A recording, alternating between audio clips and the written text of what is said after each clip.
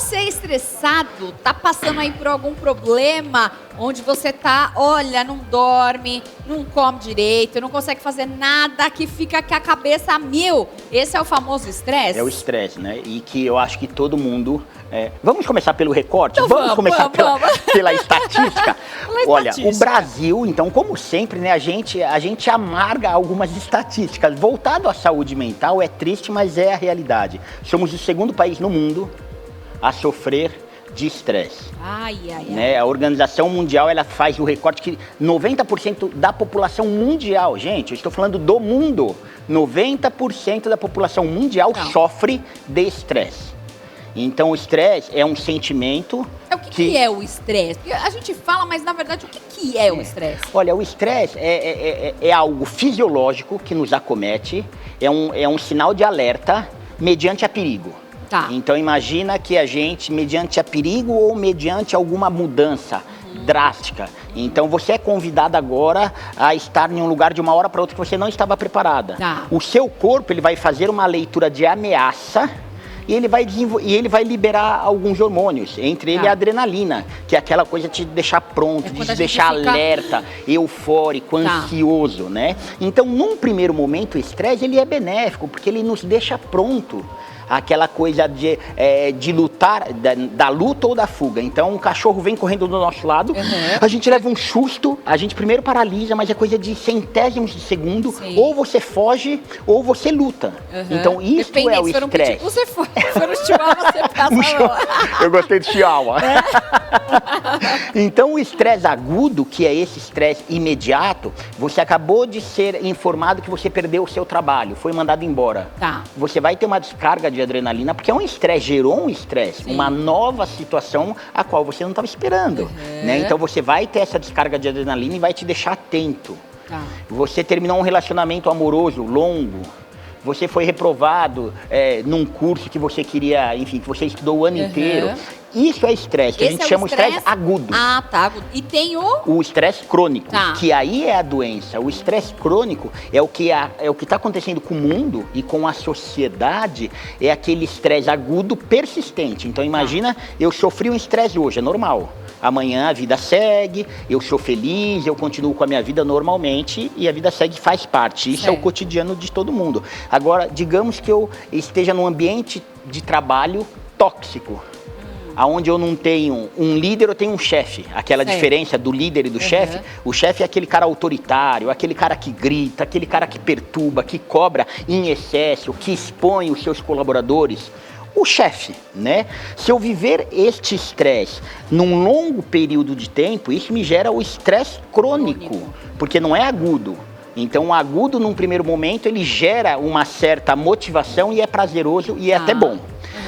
Então, imagina uma escala de 0 a 10, o estresse agudo, ele me motiva a andar para frente. Então, é bacana. Agora, o estresse crônico, se eu continuar tendo uma ascendência desta adrenalina, ok? Um outro hormônio que o corpo começa a produzir é o cortisol.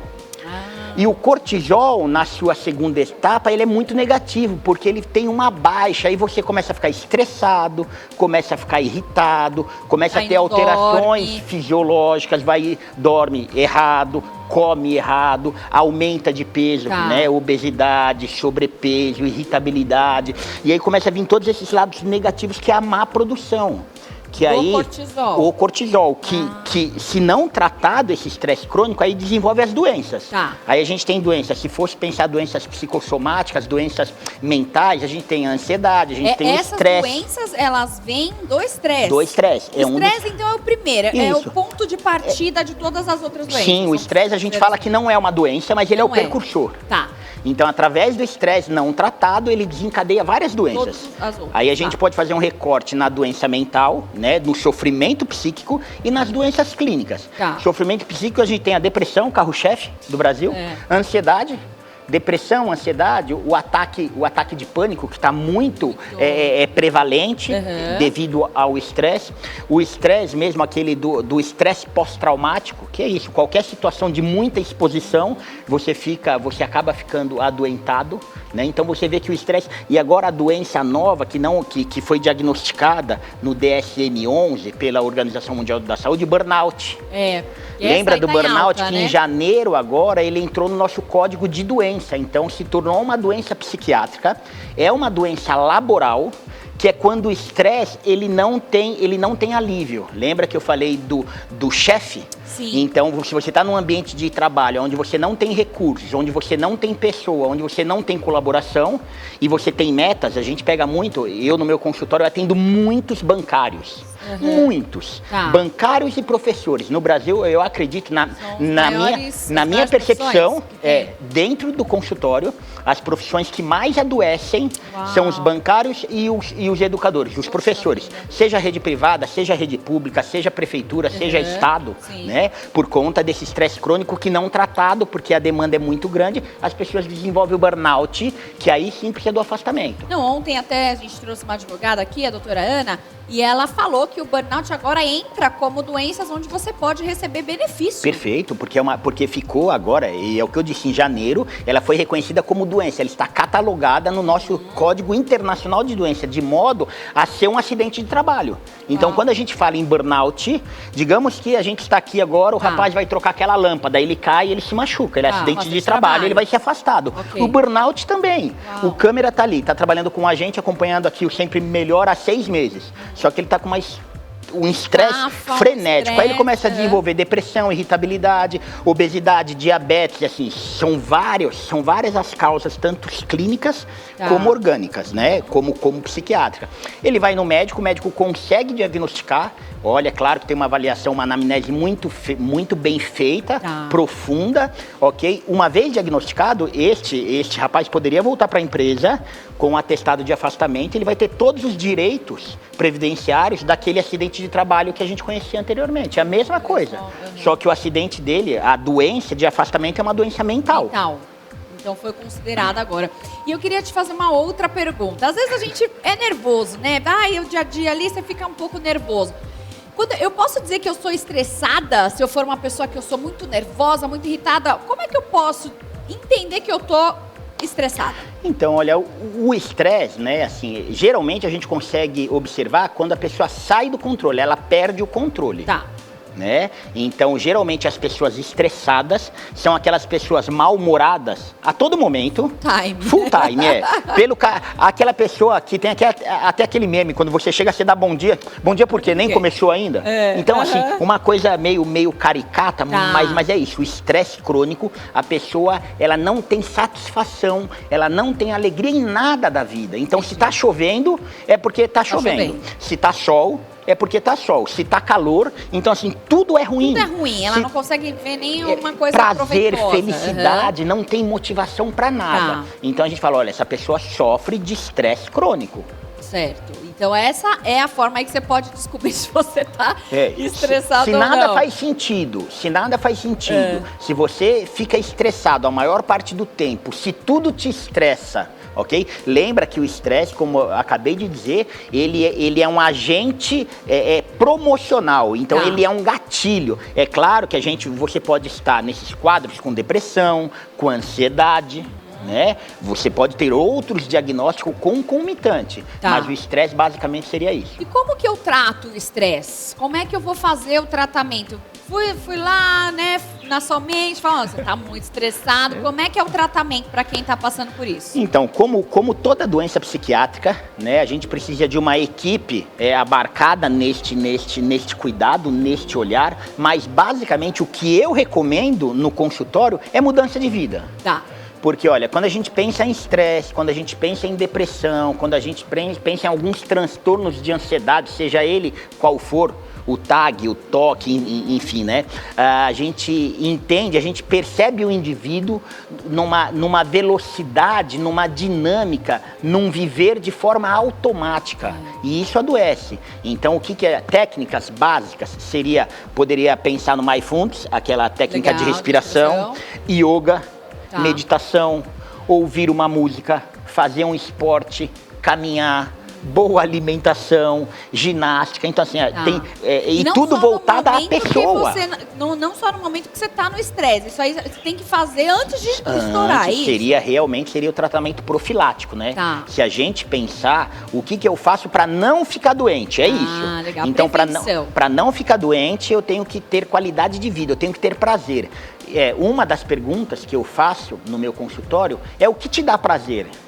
Vocês vão se assustar. Se eu abrir as estatísticas, olha, eu posso dizer que 70% dos meus pacientes, eles não têm prazer na vida. Uau. E aí, como que a pessoa vai ter felicidade?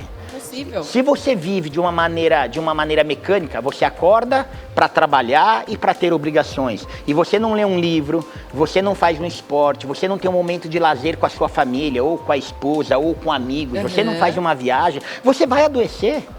Você vai adoecer, porque o nosso corpo não foi feito para viver nesta máquina frenética. Sim. Se você acordar, trabalhar e dormir e levar esta rotina de exaustão ao longo dos anos, em médio, curto prazo, você vai adoecer.